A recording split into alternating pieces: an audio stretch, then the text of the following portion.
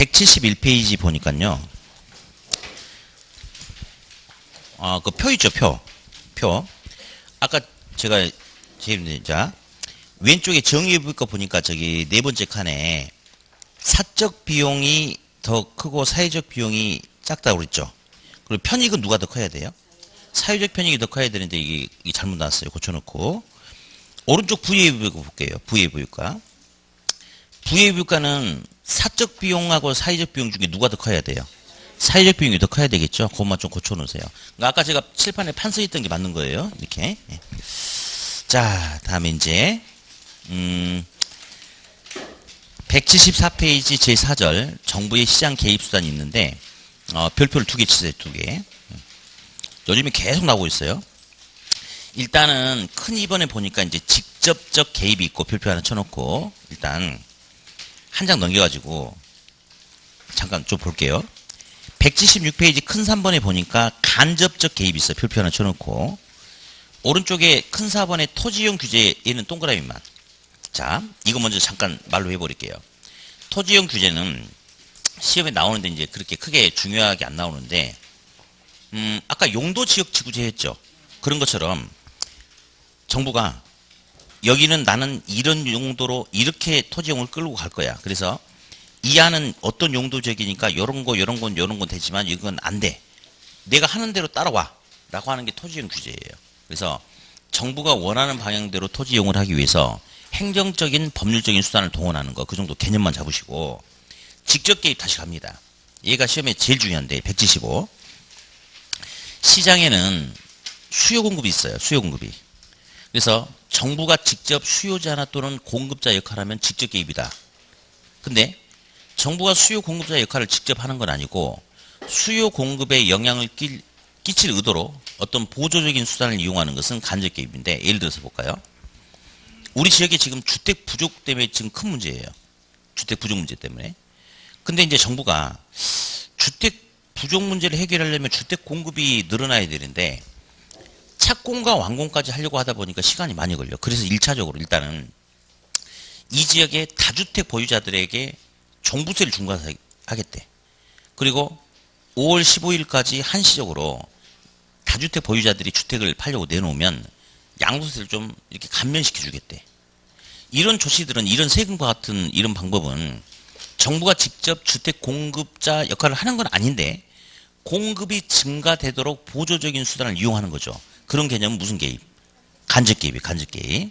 근데 정부가 이제 저기 산 밑에 있는 토지를 그린벨트를 해제해가지고 택지 개발해가지고 공공임대주택을 공급한다고 하자.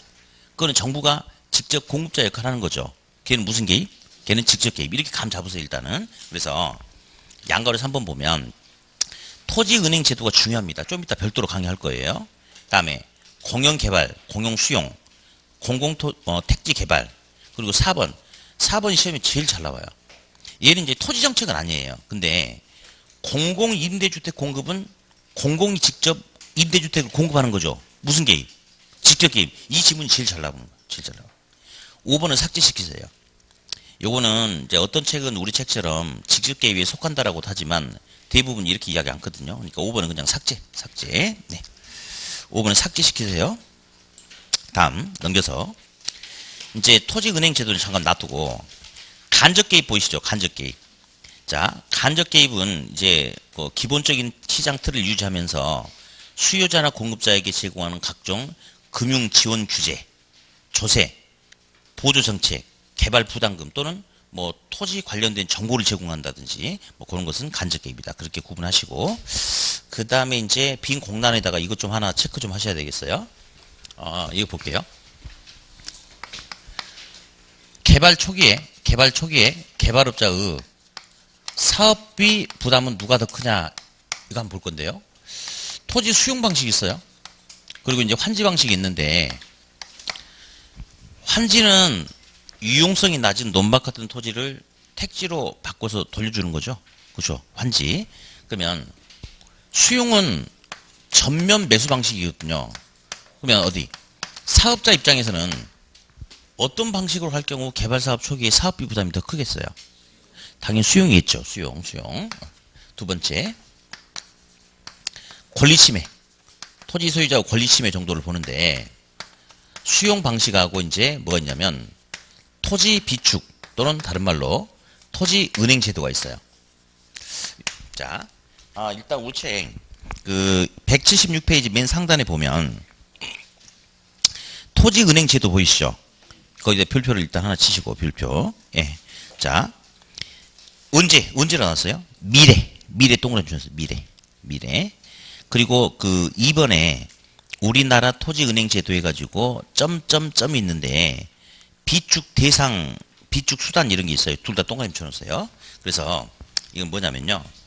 공공이 지금 말고 나중에 앞으로 나중에도 학교도 만들어야 되고 체육관도 만들어야 되고 공원도 만들려면 토지가 필요하지 않겠어요? 근데 토지가 필요로 하는 그 시점에 토지를 확보하려고 하면 땅값도 많이 올라 버릴 테고 사회적인 갈등이 생길 수가 있어요. 그래서 지금 당장 쓰려고 하는 건 아닌데 나중에 쓸지 모르는 토지를 저렴한 값에 미리미리 확보해서 가지고 있는 것을 갖다가 토지은행 토지비축이라고 해요. LH 사이트에 들어가 보면요. 토지은행 계정이 있어요. 그거 눌러보면 이 토지은행을 담당하는 부서가 있거든요. 그러면 현재 이 제도는 우리나라에 있는 제도다 없는 제도다? 있는 제도. 자, 그러면서 지금 당장 쓰려고 한다, 미래 쓰려고 한다. 미래 필요로 하는 토지를 확보하는 건데 미래 어떻게 쓰려고 하느냐? 두 가지가 있어요. 공공이 개발할 때 쓰는 공공개발용이 있고 시장에 주택용지라든지 상업용지가 부족하면 그때 주는 게 아니지. 돈 받고 파는 거지. 그러니까 땅 장사하는 거지, 사실 땅 장사. 그래서 수급 조절용 목적으로 하고 있기도 한다. 뭐 그런 게 있고. 아까 제가 저기 비축 수단에 보니까 뭐 협의매수 수용 여러 가지가 있는데 원칙적으로 협의매수입니다. 자, 일단 볼게요.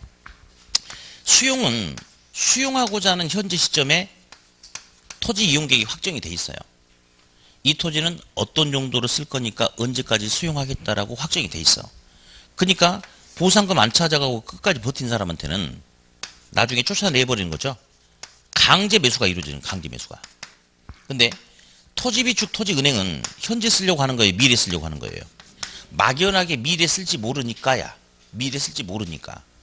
그러니까 요거는 원칙적으로 어떻게 이루어져야 되냐면 협의매수가 나타나죠. 협의매수가. 그러면 당연히 둘 중에 누가 토지 소유자의 권리 침해 정도가 더 크겠어요? 당연히 수용이겠죠? 요 정도 체크를 해 놓으세요. 넘기셔가지고 이제 178페이지 보는데요. 이제 지역지구제가 나와요. 그 별표 하나 쳐놓고 양가로 1번에 목적이 있잖아요. 동그라미 1번이 시험에 엄청 많이 나왔던 거지. 별표 쳤어요. 동그라미 1번. 어울리지 않는 토지용을 규제함으로써 자 밑줄 부의 외부 효과를 제거 또는 감소. 아까 우리 칠판에다가 부외부 효과를 제거하기 위해서 지역지구제 지정한다. 기억나시죠? 다음.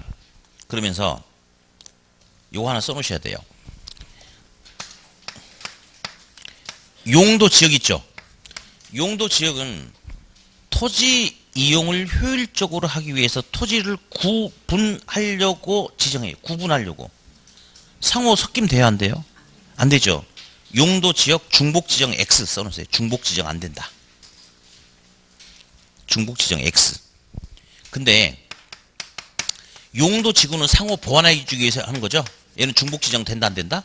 된다. 라고 그렇게 일단 써놓으시고 그러면 이제 우리 179페이지에 동그라미 5번 지문 좀 보자. 5번. 자, 5번.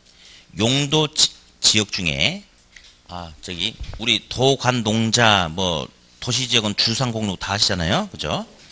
5번 용도 지역 중에 밑줄 자연환경 보존지역은 도시지역 중에서 요렇게 요걸 하기 위해서 필요한 지역이다. 지금 이 문장이 뭐냐면요. 자연환경 보존지역은 도시지역 안에 포함되어 있다 이 말이에요. 지금 이 문장 자체가. 말이 돼요 안 돼요? 섞이면 안 됩니다. 섞이면 안 돼요. 틀렸어요? 네, 그 정도 넘기세요. 이제 양가로 4번에 보니까 지역지구제의 문제점이 나오죠. 지역지구제의 문제점. 그러면서 양가로 4번에 개발권 양도제라고 보십니까? 그렇죠? 그거 좀 설명할게요. 그래서 이렇게 써놓으세요. 개발권 양도제인데 그 제목에다가요 이렇게 만이라고 좀 써놓으세요. 만 일단 써놓으세요. 개발권 만 양도제. 자 그러면 잠깐 좀 특징 좀 설명하고 책에다 몇 가지만 좀 체크해 드릴게요. 제목을 보니까 개발권 만 양도제라고 그랬어요. 개발권 만 양도제. 그럼 이거 한번 볼래요? 땅을 사면 토지에 대한 소유할 수 있는 권리가 주어져요. 소유권. 근데 우리 이런 말이 있어요. 소유권은 권리의 묶음이다. 권리의 집합체다. 그러면 땅을 샀더니 토지 소유권이 있네. 이 소유권을 내용적으로 보면요.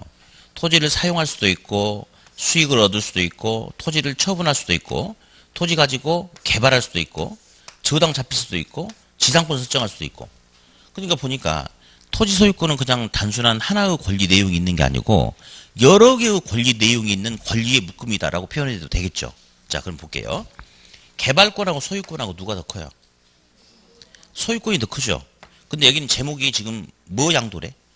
개발권 만 양도죠. 그러면 여차저차해서 뭐 소유권을 양도한다 이런 소리 나오면 돼요, 안 돼요? 안 되죠. 소유권 중에서 뭐만? 개발권 만 양도한다 이렇게 해야 돼요. 자 볼게요. 이제 이 지역이 있어요. A 지역이 있는데 A 지역에 1번지 토지도 있고 2번지 토지도 있어요. 근데 개발 상한선은 여기까지. 그래서 이제 1번지 토지 소유자는 개발 상한선까지 다 개발했어요. 이렇게. 뭐 별 문제가 없어요. 근데 2번지 토지 소유자는 자기 토지 가지고 건물 지은 지가 30년 전에 지었어. 그러니까 이만큼의 공간은 지금 미이용 상태로 가만 놔두고 있는 거죠. 그렇죠? 예, 그렇죠. 포기한 건 아니에요. 그냥 그 당시 그래서 그냥 이렇게 놔둔 거야. 언제든지 이 건물 철거하고 건물 높게 지을 수 있어요, 없어요? 있죠. 그래서 이제 2번지 토지 소유자가 자기 건물을 철거하고 건물을 높게 지으려고 했더니 정부가 갑자기 연락 와가지고 하지 말해. 개발하면 안 된대 너는. 그럼 2번지 토지 소유자는 열받죠. 옆에 놈 할 때는 가만 놔두고 왜 나만 갖고 그래? 라고 할 수 있잖아요. 그러니까 정부가 이제 설명한 거야. 왜냐면 네 토지 주변에 어떤 역사 유적지가 있다. 또는 생태계적으로 보존해야 되는 어떤 환경, 자원이 있다. 자연이 있다. 근데 네가 개발해버리면 그런 게 파괴되지 않겠느냐. 그래서 너는 공공의 이익을 위해서 개발하면 안 된다라고 할 수 있어요. 할 수 있어. 대신에 개인한테는 공익이란 이름 아래 너무 가오가잖아요. 그러니까 당연히 보상해야 돼, 안 해야 돼? 해야지. 그러면 당연히 손실에 대한 보상을 해줘야 돼요. 해줘야 돼. 근데 손실에 대한 보상을 현금으로 주면 좋을 텐데 현금으로 주지 않고 TDR이라는 걸 주겠다 이렇게. 그러니까 이제 2번 이 토지 소유자가 물어봤어요. 이거 뭐 하는 거냐 했더니 정부가 그래요. 결론 안 된다 너는 여기서는. 근데 옆에 보니까 B지역이 있다. 인접에 B지역에 3번지 토지가 있는데 거기는 개발 상한선이 이만큼이다. 이만큼. 그러면 정상적으로 개발한다면 이만큼만 개발이 가능하다. 이렇게. 그런데 너는 지금 여기서 이만큼의 공간을 이용하지 못해서 손실이 발생했으니까 만약에 네가 3번지 토지를 사가지고 건축허가를 내준다면 신청하면 너는 손해봤으니까 그만큼 더 챙겨서 이만큼의 초과 개발을 시켜주겠다. 그러면 초과 개발에 따른 이익이 생길 수 있겠죠. 이걸로 퉁치자 이겁니다. 자, 보상이 됐어요, 안 됐어요? 됐지? 여기서 이용하지 못한 만큼의 금액을 여기서 더 찾아올 수 있으니까 보상이 된 거 맞죠? 그런데 이 사람이 내가 근데 인접에 있는 B지역에서 3번지 토지를 매입해가지고 개발할 수 있는 여건이 안 된다. 어떻게 할 거냐 했더니 팔아먹을 수 있게끔 상황을 만들어주겠대요. 그래서 이 지역은 지가가 굉장히 높은 지역이에요. 높은 지역이에요. 토지용 규제도 엄격하게 적용되는 지역이에요. 갑돌이란 사람이 B지역에 있는 3번지 토지를 매입해가지고 개발하려고 그랬는데 원래는 웬만큼밖에 못해요. 근데 더 많은 공간이 필요한 거야. 그래가지고 건축가 신청하려고 그랬더니 안 된다고 한 거야. 그러니까 갑돌이가 야 됐다고 그래. 그럼 내가 옆에 필지 하나 더 사가지고 거기다 건물 질래. 하나 더. 하려고 그랬더니 땅값이 너무 비싼 거예요. 그러니까 어쩔 수 없이 갑돌이는 허가 신청하러 갔어. 초과 개발 허가 좀 내달라 했더니 이제 시청 직원이 그런 거예요. 허가를 해주는 조건 중에 하나가 TDR을 첨부를 하면 허가를 내주겠다는 거예요. TDR을. 그래서 물어봤어. TDR 어디서 구하는 거냐 했더니 시장 가보면 누군가가 TDR을 가지고 인상 쓰고 있을 거래. 그 사람한테 가가지고 잘 이야기해서 갖고 래. 갑돌이가 물어봤어. 너 그거 직접 쓸 거냐 했더니 안 쓸 거대. 그럼 너 그거 나 주라. 공짜로 그러면 안 주겠지. 대신에 내가 너 1억 줄게. 이게 바로 TDR 제도입니다. 그러면 정부의 행위로 인해서 나타나는 우발적인 손실에 대해서 정부가 소유권을 부여하는 거예요? 개발권을 부여하는 거예요? 개발권을 부여하는데 그거 가지고 자기가 직접 쓸 수도 있고 팔아먹을 수도 있죠? 그게 바로 개발권 양도제도 TDR 제도인데 가장 큰 특징은 정부가 직접 현금 보상했어요? 안 했어요? 안 했는데도 현금 보상 효과가 나타날 수 있습니까? 그렇죠? 그게 가장 큰 특징이라는 거. 그 정도만 보시면 되겠어요. 그래서 그 개발권 양도제 거기다 이제 별표 하나 쳐놓고요. 기업의 동그라미 쳐서 의. 그래서 개발권을 어떻게 한다 이렇게 나왔으니까. 그리고 이제 니은 장점에 보면요. 그 세 번째 줄에 좀 표현이 좀 그래서 또한이란 말이 있어요. 또한 해서 보니까 정부의 개입에 의한 방법이 아닌 이건데 이제 이게 무슨 말이냐면요. 이제 정부가 직접 현금 보상하는 게 아니고 그러니까 정부의 재정 부담 없이도 이렇게 현금 보상 효과 나타난다 뭐 그런 표현을 좀 써놓은 건데 좀 애매하게 써놨네요. 아무튼 제일 큰 것은 정부의 재정 부담 없이도 뭐가 가능하다. 손실 보상이 가능하다. 그 정도만 잡으면 돼요. 네.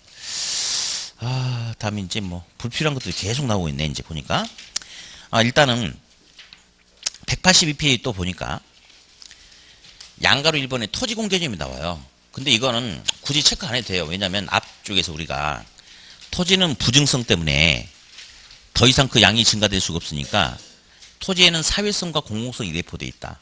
그래서 개인이 소유권을 갖고 있다 하더라도 공공의 이익을 해치지 말아야 된다. 그게 토지 공개점이다. 이 말은 절대적인 소유권을 인정한다 안 한다? 안 한다. 상대적인 소유권만 허용해 주겠다. 그 말이고요. 이제 어디 우리 이거 한번 해볼래요? 182페이지 맨 밑에 보니까 182 맨 밑에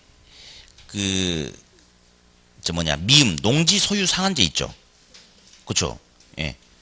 뭐 그다음에 지금 농지법 같은 거 배우셨나요? 아직 안 했어요?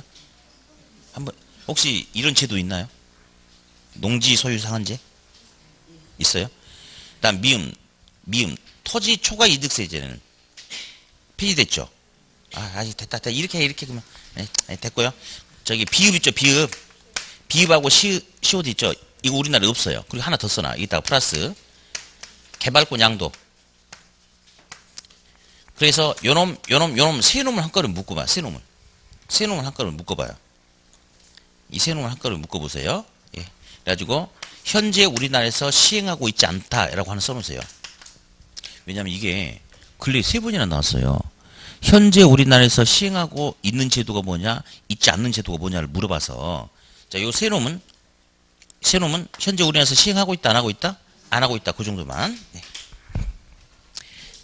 다음 183 오른쪽 제목이 개발이익 환수제도 제목만 동그라미 쳐보세요. 이제 시험에 지금 이게 용어가 몇 번 나왔는데 본문 내용이 나온 게 아니고 그냥 국가는 개발 이익이 발생할 경우 그 개발 이익의 일부를 환수할 수도 있다. 그 개념만 살짝 보고 넘어가면 돼요. 예, 넘기시고 이제 184페이지 주택정책이 나와요. 주택정책. 자, 그러면 요거는 우리 요약집 가지고 할 거예요. 요약집 가지고. 그래서 요약집 50페이지.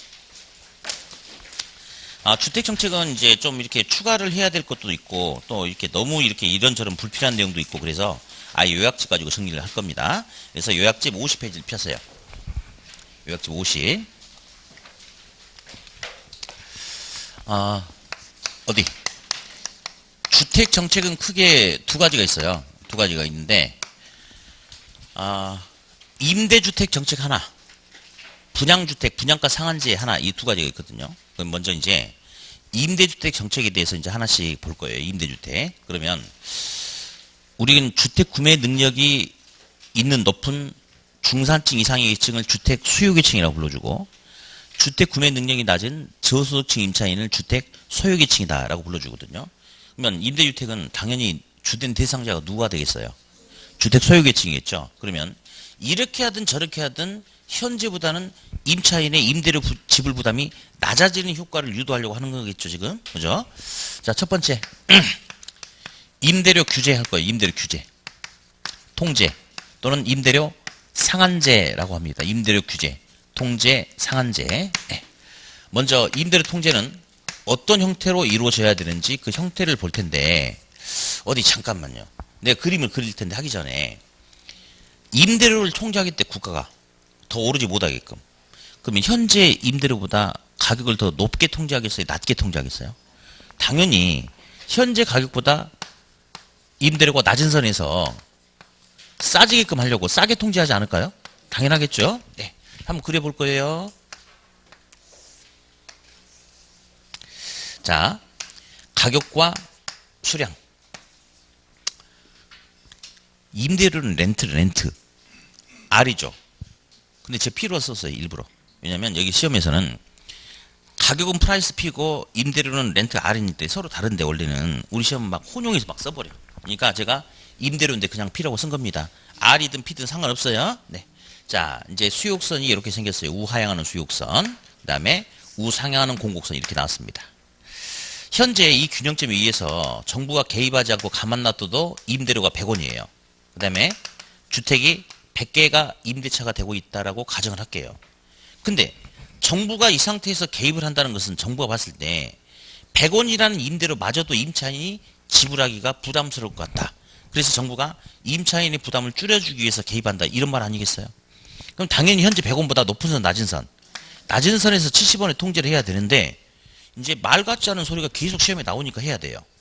말 같지 않은 소리가 나와. 현재 가격보다 높은 선에서 가격을 통제한다. 이게 말이 안 되는 거 아니에요, 사실은?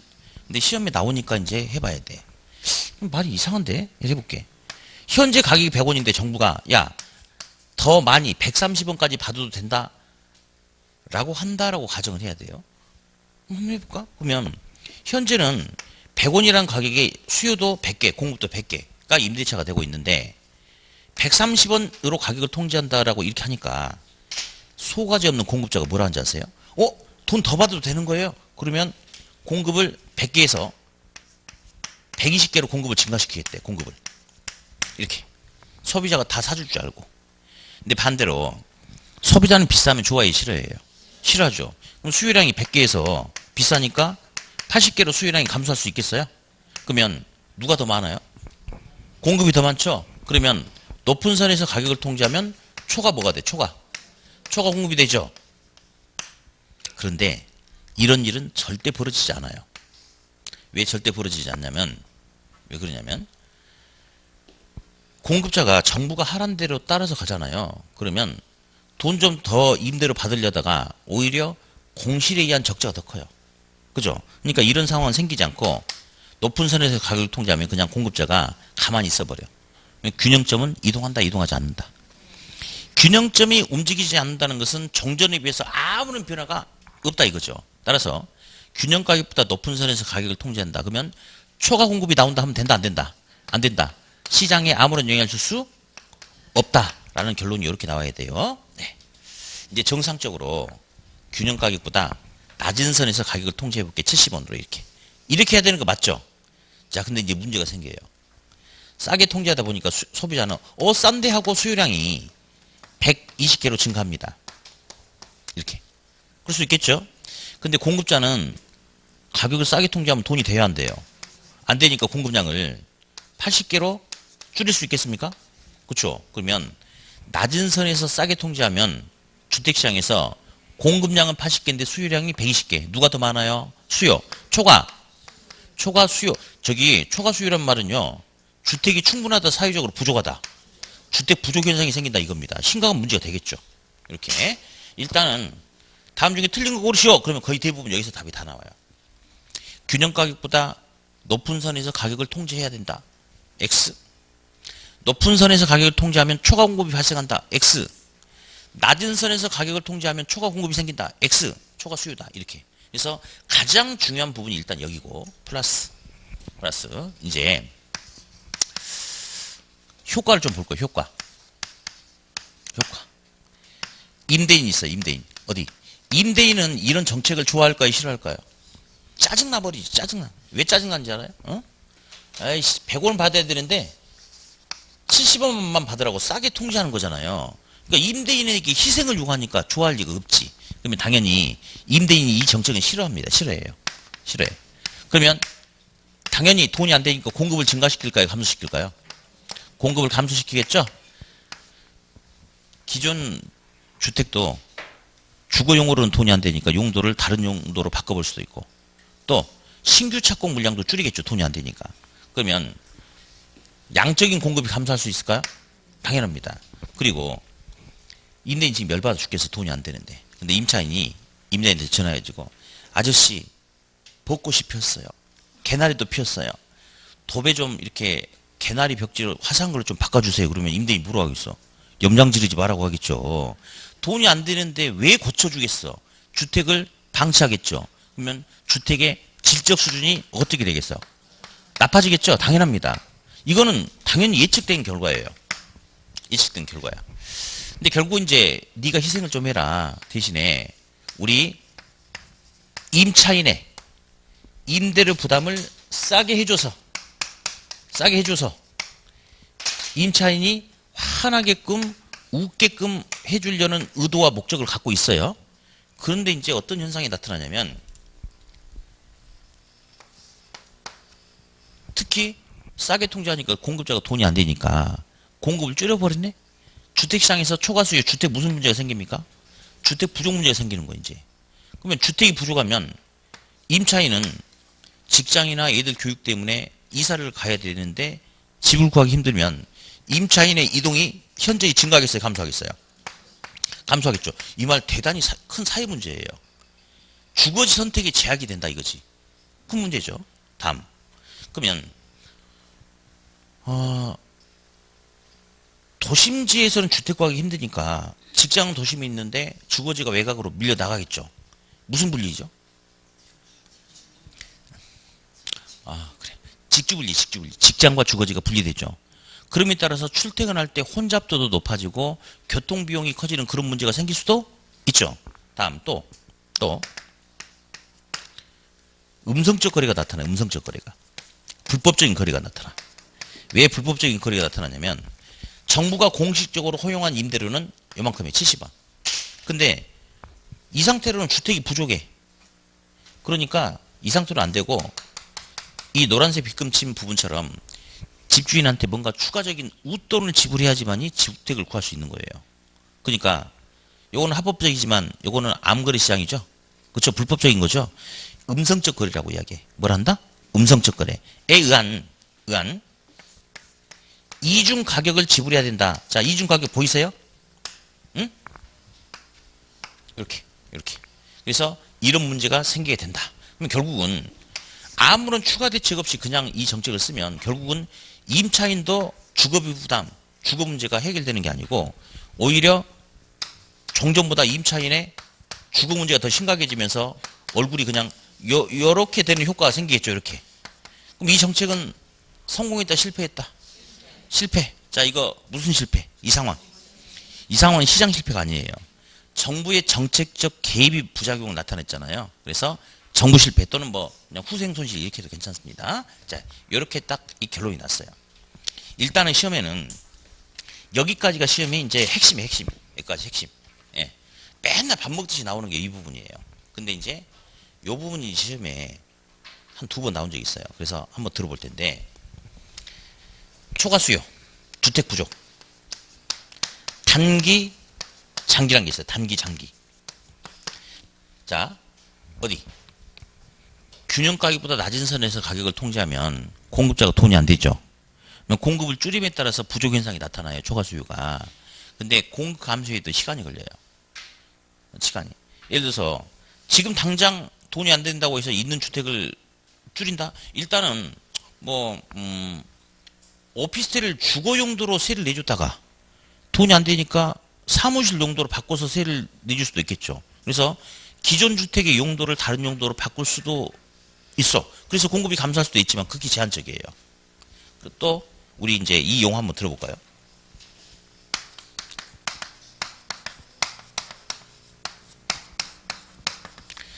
주택 폐기량이란 말이 있어요. 토지는 영속성이 있지만 주택은 뭐 오랫동안 수명이 버티긴 하지만 영원히 존재하지는 않습니다. 그래서 주택은 비영속성이죠. 예. 수명이 오래 가긴 하지만. 그래서 주택은 언젠가는 더 이상 주택으로서 역할을 못하면 철거를 해야 되는 대상이 생길 수도 있겠죠. 그렇죠? 그럼 이제 볼까요? 이제 우리 부산 지역에 주택이 그냥 60만 호가 이렇게 있다고 가정할게요. 60만 개가. 현재. 근데 이 주택은 뭐 이제 아파트도 있고 연립도 있고 다세대도 있고 뭐 기아집도 있고 많아 종류가. 그리고 착공식이 다 달라. 그러니까 그냥 평균적으로 매년 1년마다 1만 호씩 더 이상 주택이 주택으로서 역할을 못하니까 철거를 해야 되는 주택이 나온다라고 가정을 합시다. 가정을. 자, 그러면 지금 60만 호인데 1년이 지나면 여전히 60만 호가 되어야 해요. 되어야 해. 예. 그럴 수 있을까요? 아니 봐봐. 그럼 매년 주택이 10,000개씩 없어지면 사람들은 이제 그 사람들 어디서 살아? 그렇지. 여전히 숫자가 유지가 돼야 돼요. 그러려면 신규 착공을 계속해야 되겠네. 그렇지 않습니까? 그래서 예전에 시험 문제에 이런 게 나온 적 있어요. 주택 보급률이 100%가 넘게 되면 그래 우리나라 주택 보급률 100% 넘은 지 오래됐어요. 정부는 시장에 개입할 필요가 없다. 아니야. 주택 보급률이 100% 넘는다 하더라도 여전히 소득 격차가 있기 때문에 저소득층의 주거 문제는 끝까지 정부가 확인해 줘야 돼. 개입해야 돼. 그리고 또 주택 보급률이 100% 넘는데 매년마다 철거해야 되는 주택이 나와요. 그러니까 그만큼 계속해서 일정량을 신규로 공급해야 되겠죠. 그러니까 정부는 주택 보급률이 100% 넘어도 계속 시장에 개입해야 돼, 안 해야 돼? 해야 돼. 언제까지? 영원히 개입해야 되는 거죠. 자, 그러면 이 양을 맞춰주려면 매월마다, 예를 들어서 매월마다 주택을 800개씩 착공을 해야 된다고 가정할게요. 매월마다. 근데 주택은 착공과 완공까지 1년 반 걸린다고 볼게요. 1년 반. 그럼 어디? 지금 현재 임대료를 싸게 통제하니까 돈이 안 됐어. 그러면 지금 현재 착공량을 저번 달은 800개인데 이번 달에는 500개만 할 수 있나요? 그럴 수 있죠. 그러면 한 달 지나면 바로 주택 부족 문제 생겨 안 생겨? 안 나타나지. 1년 반 걸린다니까요. 다음 달에 490개 착공했어. 2달 지나면 주택 부족 문제 생겨 안 생겨요? 안 생기죠. 계속 이러다가 1년 6개월이 되는 그 시점이 되면 본격적으로 누적된 주택 문제가 또 이어지겠죠. 따라서 공급을 감소시킨다 하더라도 역시 뭐가 소요된다? 시간. 그러면 초과 수요가 나타나면 공급자가 공급을 줄인단 말이에요. 아니 가격을 낮은 선에 통제하면. 그래서 초과 수요 주택 부족이 나타나는데 지금 당장은 많이 나타나요? 안 나타나요? 단기는 덜 나타나겠죠? 장기로 갈수록 초과 수요가 더 커지는데 단기는 탄력적 비탄력적. 장기는 탄력적 비탄력적. 우리 계속 해봤잖아요. 그래서 뭐 잠깐 한번 볼게요. 잠깐. 현재 수요곡선이 흰색이고 공곡선이 흰색이면 요만큼의 초과 수요가 생깁니다. 근데 곡선이 만약에 수요도 공급도 노란색이 된다면 흰색보다 노란색은 더 수직에 가깝죠? 더 탄력적 비탄력적이죠? 그러면 초과 수요 주택 부족 문제는 더 작아지는 거거든요. 그래서 뭐 그래서 알락하지 말고 이렇게 하세요. 비탄력적인 단기보다 탄력적인 장기로 갈수록 초과 수요는 커진다. 이렇게. 자, 같이 해볼까요? 시작. 비탄력적인 단기보다 탄력적인 장기로 갈수록 초과 수요는 커진다. 이렇게 그냥 묶어서 알아두시면 돼요. 이렇게. 자, 그러면서 계산 문제 한번 해볼까요? 계산 문제. 예. 우리 요약집 50페이지. 요거 잘 들으셔야 돼요. 시험이 아주 중요하니까. 그 박스 안에 핵심 문제 있을 거예요. 핵심 문제. 보십니까? 자, 볼게요. 그거 한번 해볼 텐데. 자, 수염수가 보니까 P는 1400인가? 1200 마이너스 2QD 이렇게 나올 거예요. 공구함수 P는 300 플러스 QS 이렇게 나왔어요. 자, 이렇게 나왔네. 먼저 1번. 이거 먼저 해볼게. 우리 균형 가격과 균형 거리를 한번 구해보려고요. 균형. 저번에 우리 한번 해봤잖아요. 균형이란 것은 소비자가 사고자 하는 가격과 공급자가 팔고자 하는 가격이 서로 똑같아. 그러면 위에 있는 식과 밑에 있는 식도 서로 똑같겠죠. 다시 한번 정리해보면 1200 마이너스 2QD는 300 플러스 QS. 자, 균형이기 때문에 수요량과 공급량 서로 똑같죠. 그러니까 굳이 QD, QS 구분할 필요 없이 그냥 Q 하면 돼요. 그럼 여기서 이제 우리가 저번에 해봤듯이 숫자는 숫자끼리, Q는 Q끼리 묶으면 됩니다. 자, 플러스 300을 큰 쪽으로 넘깁시다. 자, 좌변 넘어가면 마이너스로 바뀌죠? 그럼 좌변 얼마? 900. 마이너스 2Q래. 이거 넘기면 플러스로 바뀌죠? 그럼 Q가 몇 개가 돼요? 3. 그러면 균형 거리량 몇 개? 300개. 자, 다시. 균형 가격은 여기다 300을 넣어보는 거예요. 2 곱하기 300은 600이죠. 1200 빼기 600은 600. 300 더하기 300도 600. 그러면 균형 가격 얼마다? 균형 가격은 600이다. 라고 저번에 우리가 했던 게 바로 요거였어요. 자, 그런데 이제 2번. 가격을 얼마로 통제하겠대? 응? 500으로 통제하겠대. 500으로. 가격을 500으로 통제하겠대요. 3번 얼마로 통제하겠대? 700으로 통제하겠대. 근데 원래 컨닝을 하면 안 되는데, 원래는 균형 가격이 얼마라고 했어요? 600인데 2번은 지금 높은 선이야, 낮은 선이야? 낮은 선에서 정상적으로 통제하니까 어떤 결론이 나오겠지, 좀 이따가. 예. 그런데 3번은 뭐야 이거? 높은 선에서 통제를 했네. 자, 잠깐만. 이랬을 때 이제 시험에 이런 상황에서 통제를 하면 시장에서 초과 뭐 몇 개가 나타나냐를 물어봐. 1번 초과 수요 몇 개가 나타난다. 2번 초과 수요 몇 개가 나타난다. 3번 초과 공급 몇 개가 나타난다. 4번도 초과 공급 몇 개 나타난다. 5번 균형점이 이동하지 않는다. 시장에 아무런 영향을 줄 수 없다. 자, 잠깐만. 저번에도 시험 문제 한번 그게 나왔는데요. 여기서 저번에 뭐가 나왔냐면 이 함수식을 주고 정부가 가격을 얼마로 통제한다. 그럼 시장에서 나타날 수 있는 수량이 어떻게 되느냐. 1번 초과 수요 몇 개, 2번 초과 수요 몇 개, 3, 4, 5번 전부 다 초과 공급 몇 개 이렇게 나왔어요. 이런 문제 나오면 높은 선에서 통제하든 낮은 선에서 통제하든 절대로 뭐는 나오면 안 돼. 초과 공급 절대 나오면 안 돼. 절대 나오면 안 돼요. 절대. 그럼 이제 한번 일단 가봅시다. 이거 500으로 통제해본대. 그러면 그냥 가격 대신 500 집어넣어가지고 500이란 가격의 수요량이 몇 개냐, 공급량이 몇 개냐 해서 비교시켜보면 돼요. 자, 이게 500이래. 그러면 1200에서 얼마를 빼야지 500이 되겠어요? 700. 그러면 수요량 2개가 700이래. 그럼 수요량은 700에 반하면 되겠다. 그럼 수요량이 몇 개예요? 수요량은 350개죠? 그렇죠? 다음 여기 500이래. 300 더하기 얼마가요?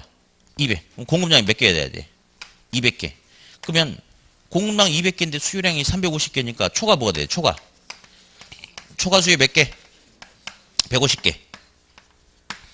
계산했는데 초과 수요가 나타났다는 것은 당연히 정상적으로 균형 가격보다 낮은 선에서 가격 통제가 제대로 됐구나 하면 돼요. 그죠? 그럼 그냥 이거 답 쓰면 돼. 이게 답이야. 그런데 700으로 통제한다. 지금 이걸 모르는 상태야. 그냥 숫자 넣는 거거든요. 모르는 상태에서 이제 하자. 그러면 가격을 700으로 통제한다고 그랬으니까 다시 보자. 이게 700이래. 그러면 1200에서 얼마를 빼야 돼요? 500을 빼야 700이 되지 않겠어요? 그러면 2 곱하기 수요량이 500이면 수요량은 500의 절반이면 되겠다. 그럼 수요량이 몇 개? 250개. 이게 700이래. 공급량 몇 개? 공급량 400개죠? 누가 더 많아요? 계산해 봤더니 초과 공급 150인데 자, 계산했는데 초과 공급이 나올 수 있죠?